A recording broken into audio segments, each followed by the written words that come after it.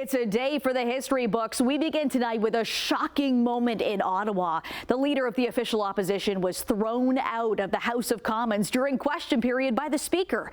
Pierre Poilievre weighed in on the BC government's request 4 days ago to Ottawa to recriminalize public use of hard drugs.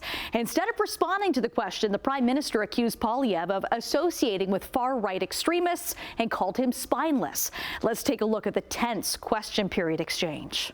The leader of the Conservative Party is actively courting the support of groups with white nationalist views. It is disturbing, and he needs to stand up and apologize now.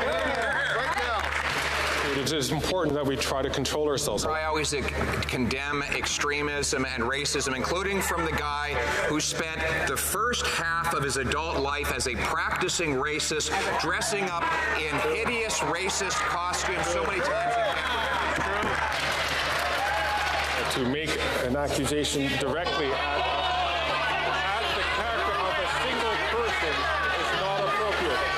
And I'm going to ask all members to control themselves. Speaker Greg Ferguson asking Pierre Poilievre to rephrase and start again. I condemn a Prime Minister who allows open use of crack, heroin, meth, and weapons in hospital rooms that threaten nurses and on school buses next to children. Will the Prime Minister reverse his extremist policies?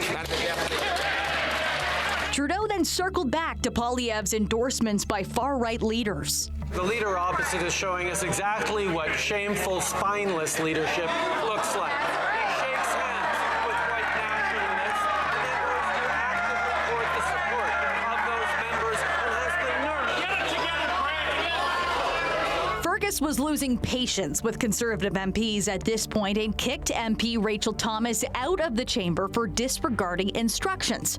But now back to Poilievre. Since the NDP has asked him to reverse course on his and formerly their radical policy, 22 British Columbians have died of drug overdoses.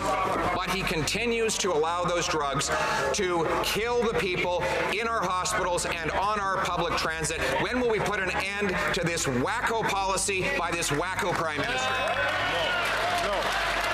No. And the moment that became trending within minutes online.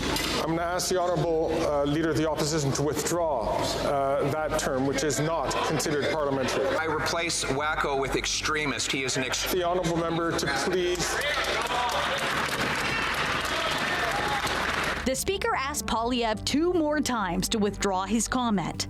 I'll replace it with radical leftist policy. I am not asking to replace. I'm asking the Honourable Member to just simply withdraw. But after one last chance, the opposition leader would not withdraw.